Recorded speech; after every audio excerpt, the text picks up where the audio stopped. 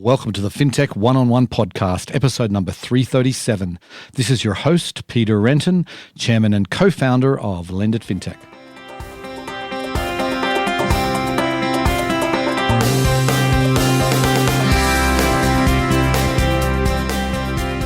Before we start today's episode, I want to tell you about a new event from Lendit Fintech. Nexus, the Dealmakers Summit, is all about making deals. We'll be bringing together a select group of venture capitalists, bankers, fintechs, and debt investors for 2 days of face-to-face meetings in Miami on February 7th and 8th. Also at Nexus will be Lendit's famous Industry Awards show, back in person for the first time since 2019. You can find out more about all our upcoming events at lendit.com. Today on the show, I'm delighted to welcome George Leimer. He is the CEO of Rally. Now, Rally is a super interesting company. They are all about democratizing access to collectible assets. And these are things like exotic cars, talks about a whole range of them, baseball cards, rare books, those sorts of things. And basically what they do is they allow their marketplace of investors, non-accredited investors, to invest in a fractional ownership of these assets. Super interesting. We talk obviously about how the process works, the different types of assets they have. We talk about the exits and the returns that investors have been seeing. He provides a profile of the typical investor, and he talks also about the unique showroom that they have for these assets that's coming up. It's going to be in New York. So it was a fascinating interview. Hope you enjoy the show. Welcome to the podcast, George. Thanks for having me. I appreciate you making the time. My pleasure. So let's get started by giving the listeners a little bit of background. I'd love to kind of hit on some of the high points of your career to date. I spent the majority of the last 20 years in various consumer internet, direct-to-consumer businesses. I spent the last 7 years before Rally at Disney and 5 years before that at Apple in 2 separate stints, and then 8 years at eBay with some early stage stuff, sprinkled throughout those 20 years. So probably about a 60-40 mix of big company, small company type opportunities. Really when I decided to leave Disney, I looked at a number of different opportunities, and I thought what was great about Rally was it was sort of the perfect mix of the direct-to-consumer piece, the two-sided marketplaces experience that I had at eBay, and just the overall direct-to-consumer and content piece as well. I thought it was just a great idea in solving an important, worthwhile, big problem. And so, luckily I convinced the founders and the board that I was the right guy, and been in the job for 1.5 years now. All right. So can you maybe take us back? I know you're obviously not one of the founders, but take us back to the founding story. Would love to kind of hear a little bit about that to get some context. So there are 3 founders, and Chris Bruno is a sort of founder zero, patient zero for Rally, if you will. And Chris was in venture capital. And, in the early part of the 2010s, I suppose we would call it, crowdfunding sort of became a viable thing. And along with crowdfunding, the idea of sort of retail investors investing in venture capital deals also became a thing. And Chris saw some of this. Mm-hmm. And at the same time, Chris had an epiphany when thinking about cars and his ability to decide what a great car investment was and what a great car investment might not be. And so Chris realized that the only difference between Chris and Jerry Seinfeld when it comes to knowledge of classic Porsches, well, there's really no difference in knowledge. The big difference is Jerry Seinfeld had $25 million to go to Monterey and plunk down that money and walk off with 3 or 4 cars that turned out over time to be better investments than, purchasing a house or putting money in the market, would have been. Mm-hmm. And so the light bulb went on for Chris, right? He saw all of this crowdfunding, and he thought about that problem, and he thought, hey, what if there was a way for normal people to invest and truly make them investments, right? Truly make them shareholders in a collectible asset, and it started with cars. That's where Rally was born. Right. So Chris, along with Max and Rob, founded the company, and it was founded around classic collectible cars. And then over time, the company's expanded into what you see today, which is 20 different asset classes. Right. All of them collectible or passion driven. Let's just talk about that a little bit, because obviously investors have been investing in art. Obviously, very wealthy people have been investing in collectible cars and wine and those sorts of things. When I go to your site and I look at the different asset classes, I mean, what is it that makes a collectible an asset that may appreciate? I think it's three things, right? I think it's a uniqueness, a museum quality sort of uniqueness. I think it's an asset that people have some sort of built-in passion for or interest in. And then again, I think something that's rare enough that the average person can't necessarily participate in it. I mean, at the end of the day, what Rally provides access to the average person who wouldn't be able to have that access otherwise. Mm-hmm. And access, you talk about people investing in art for forever, right? But you have to have a lot of money to do that. And so what Rally does is provide that access. And so if you look at those three criteria, there's really no type of asset that on its face couldn't fulfill those three criteria. Mm-hmm. I think you see that on Rally, as you pointed out.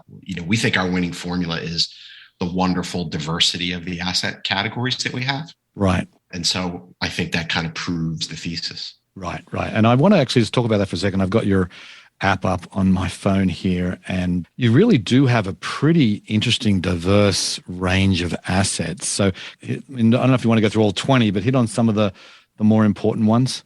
Depending on who the investor is, the asset sparks a different kind of interest depending on who you are and what you're interested in. I always get asked the question, what's your favorite asset on the platform?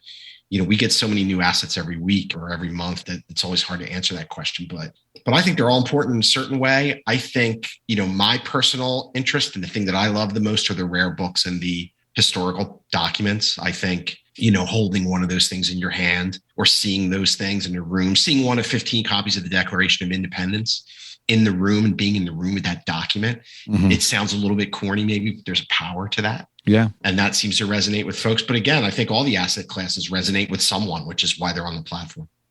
I downloaded your app a few days ago, transferred some money in, and I'm now the proud part owner of a Kobe Bryant rookie card. Actually, I don't think it's closed yet, but it's it says it's valued at $225,000.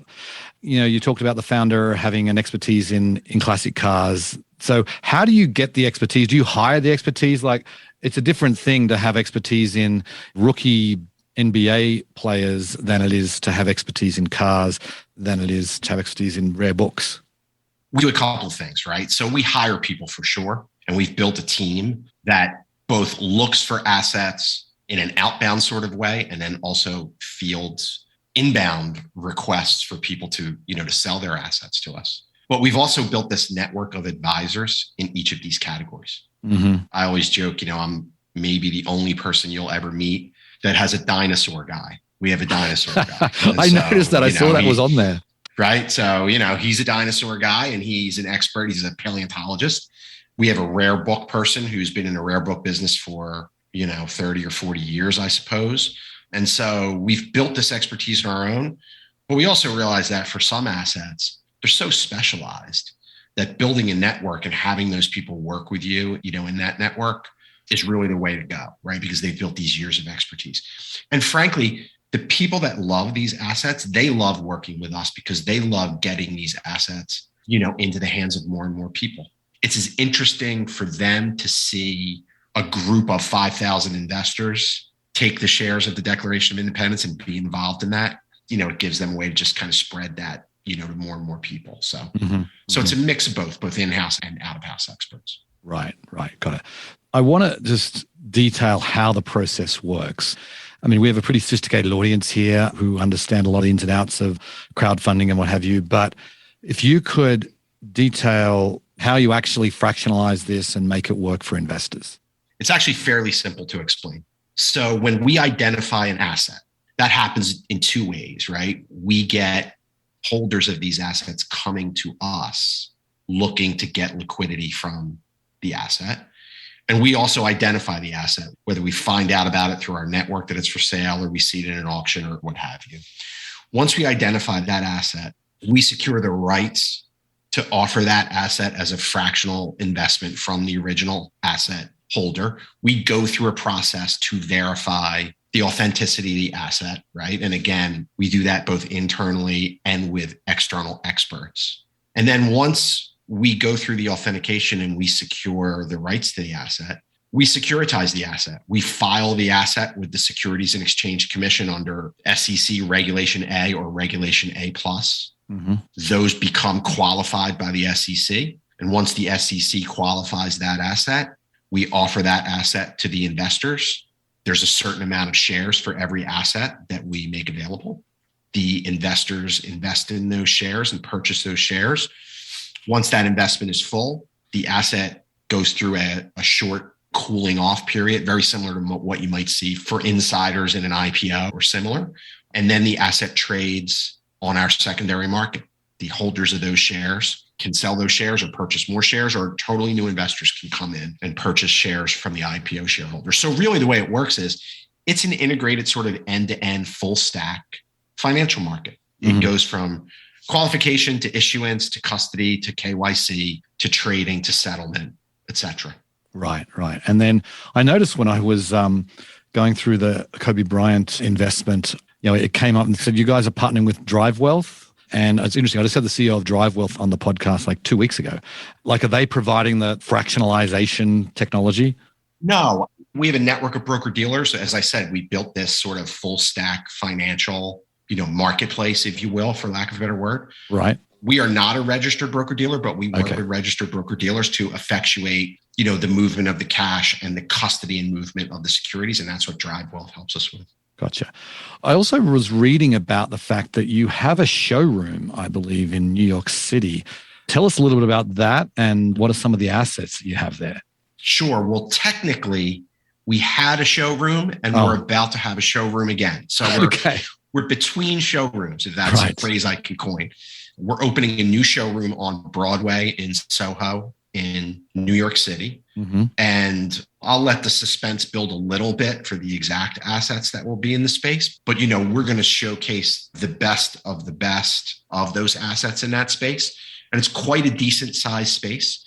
So when you consider the fact that we have probably upwards of 80 cars and, things as big as a car to as small as, maybe the smallest trading card ever offered, we're really going to be able to have a good diversity of items in the space. So we'll have at least a few cars. I'm sure a dinosaur will make an appearance there. A lot of trading cards, a lot of the other physical memorabilia. We did an event in Hollywood in October, which was sort of a dry run for what this could be. And it was fantastic. We had everything from a Megalodon jaw to the Declaration of Independence to a Honus Wagner baseball card to the floor that Kobe Bryant played his last game on at Staples Center. And so we're just going to kind of replicate that. And, we will rotate assets through there. And then the other thing I'd say is that more and more we are partnering with institutions or brands to show these items to the public as well. So, for example, our vintage Apple tech investments are on display at the Franklin Institute Science Museum in Philadelphia, as an example. And we have, some other examples of that. So I think what we're going to try to do as much as possible as we come out of COVID and sort of, emerge into a world where we're actually going to be in real life with people again, is to get those assets in as many places as we can so that people who are investors can kind of see them and interact with them and, to the extent possible, touch them. Right. It's super interesting. I also noticed on your platform, you actually have branched out into NFTs. I see you've got a Bored Ape, you've got a CryptoPunk. So tell us a little bit about the movement into NFTs. The process is exactly the same. They're not physical assets, but they are assets. We have a methodology and storage for those that I won't reveal here, but, very similar to the way that we secure and ensure and make sure that the physical assets are secured. We do the same thing with the NFTs. And really what we've done with the NFTs on that front is treat them just as we would any other asset. We actually think NFTs are one of the things that is a powerful proof point for Rally. If you think about the cycle of NFTs having gone from something that a few people knew about to a skit and a meme on Saturday Night Live, right? Like that happened in like 3 months. Right. And, and at the same time, NFTs went from basically get an NFT for a couple of $100, to now people are spending, $1 million on a Bored Ape or whatever it is, right? And so we think in that respect, it proves the thesis for Rally, right? It's yet another asset that has become the playground of the rich. Right. And our particular innovation allows the normal person to have access to them. Right. And then I think what we found is really interesting is that we've created companion NFTs as sort of commemorative items to go with both NFT investments and physical investments. So, so for example, along with our first CryptoPunk, we created Rally NFTs that were sort of commemorative of that. We had a ticket to Wilt Chamberlain's 100-point game, and we created an NFT that looked like the ticket stub to that. And our investors and our users love those. Those usually sell out in a matter of seconds with people clamoring for early access to them. And what we've learned is we are an on-ramp to crypto for a lot of folks who hadn't been in crypto before. Interesting. When people invest in one of our NFTs or buy a physical NFT from us as a commemorative, about 70% of those people, it's the first NFT in their wallet. Right. And so we've really become an on-ramp there. And now those folks are branching out, into other investments, both on Rally and other crypto investments outside of Rally. So it's pretty gratifying to see. Right. It strikes me you've got an active secondary market that obviously trades with supply and demand. And so you've probably got a pretty good insight into the returns that these different assets are returning, so the investor returns. So what can you tell us about that? Not every asset is going to be a huge windfall, but I want you to touch on the Super Mario Brothers game, which was a huge windfall. Do you have some stats on the returns that the assets are providing? There's a couple of things I would say there. So the secondary market, the current incarnation of the secondary market has only been live since November 30th.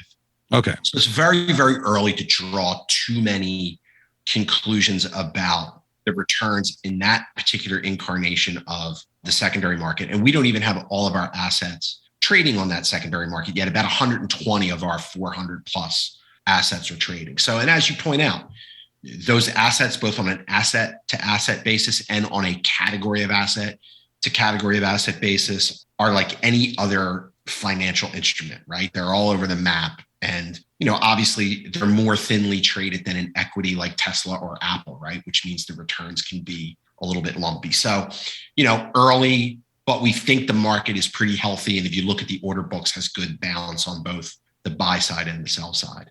So on exits in general, right? So we've done 20 plus exits off of the platform.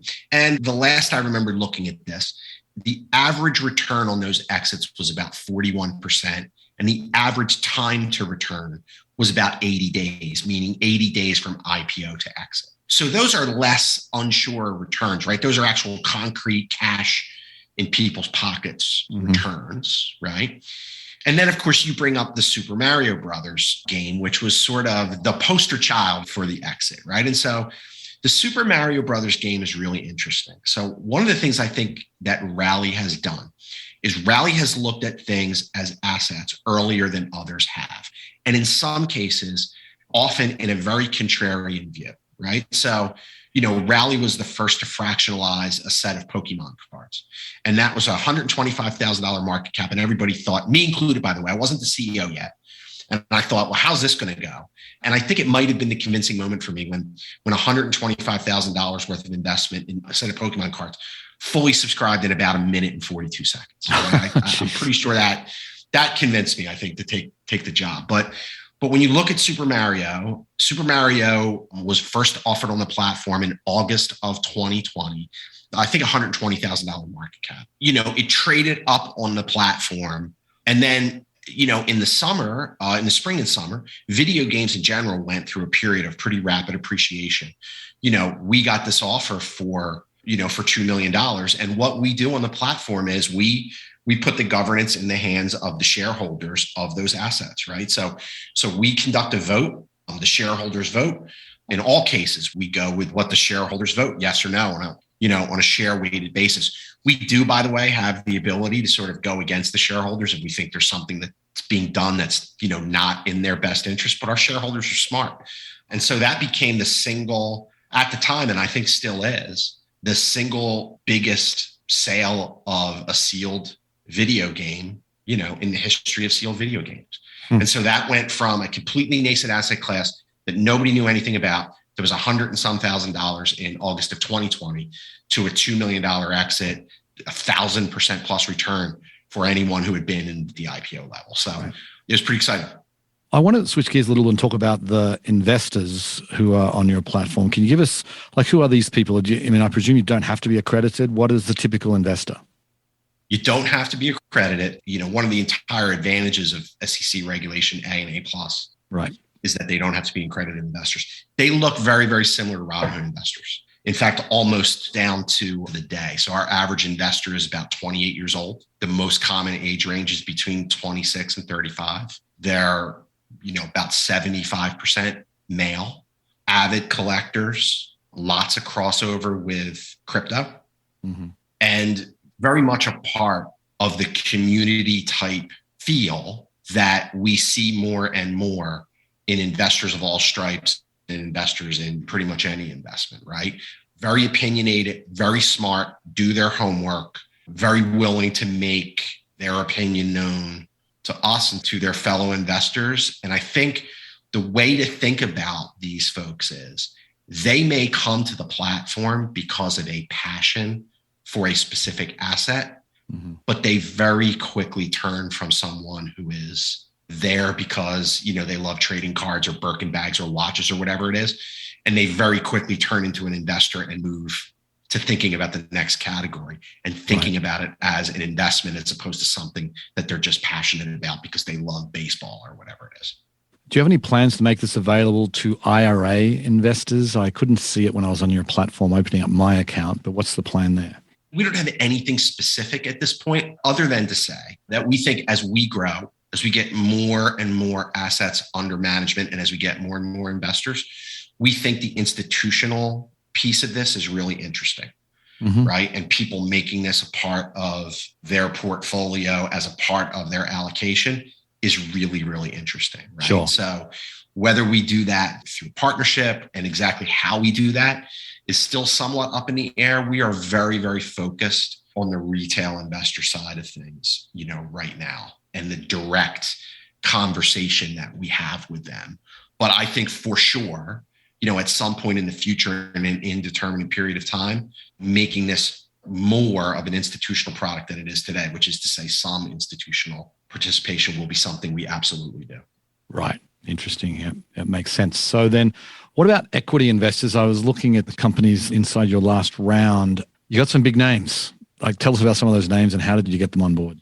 So I think one of the things the founders did that I happily was able to sort of inherit and draft off of is they were very intentional about the cap table and very intentional about people that had good networks of good people and, are able to make high quality introductions for us. And, look, in this last round, that's what it was entirely. It was our existing investors setting up the right meetings and us having the right conversations. And the way the business is growing, it was a very easy story to tell in a space that people are very, very interested in. And so, I don't want to say it was easy because it's fundraising and it never is. And, everybody, fundraising so hard. And it is, but, it makes it a heck of a lot easier when you're talking to good people from great introductions from other good people and you have a good story to tell. So it was very straightforward and, in that respect. And I think when you look at Excel and you look at the companies that are in their portfolio, when you look at a company like Wheelhouse and Wheelhouse's ability to sort of help amplify a business through content and through television and everything that they've done. And then when you look at the marketplace's experience in a company like Upfront, it's somewhat of an embarrassment of riches for the types of intros and people, we get to talk to. So we just have to run the business and, tell the story clearly. Right. Okay. Well, we're just about out of time, but last question then is what's next? What's on tap in 2022 for Rally? Look, I think largely more the same, right? I alluded to the fact that we launched this new secondary trading market on November 30th. We're going to keep adding assets to that and watch it grow and keep adding features to that. And then look, I think the success formula has been the next asset class, the asset class where everybody says, well, wow, that's an interesting addition. I would have never thought of that. And, a year ago at this time, it was dinosaurs. This month, it'll be domain names, right? And then it'll be interesting things after that. So really our winning formula is just make the trading straightforward and effective for our users as possible and keep adding new and interesting asset classes and telling the stories of the assets. And if we do that, then I think everything else will take care of itself. So that's what we'll do. Okay. George, it's a fascinating story, and really, I think it's great. You're democratizing access to assets that everyday investor would never be able to do it. So congratulations on what you've achieved so far. Thanks. And thanks for having me. I appreciate it. Okay. My pleasure. See ya. One of the things I love about Rally is it really is democratizing access, as we talked about, democratizing access to an asset class, shall we say. Because when I first got involved in fintech, it was actually through peer-to-peer lending 12 years ago. And that's really what appealed to me. I was able to access an asset class that was previously unavailable, consumer loans. And that's what Rally's doing. They're providing access to the collectibles asset class, which really, when you think about it, is lots and lots of mini asset classes that they've kind of combined on their platform. So I think what they're doing is phenomenal. And, I really appreciate that they make it really easy. The minimums are low. You can build a diversified portfolio of collectibles pretty easily on their platform. Anyway, on that note, I will sign off. I very much appreciate you listening, and I'll catch you next time. Bye. Before we go, I want to remind you about a new event from Lend Fintech. Nexus, the Dealmakers Summit, is all about making deals. We'll be bringing together a select group of venture capitalists, bankers, fintechs, and debt investors for 2 days of face-to-face meetings in Miami on February 7th and 8th. Also at Nexus will be Lendit's famous Industry Awards show, back in person for the first time since 2019. You can find out more about all our upcoming events at lendit.com.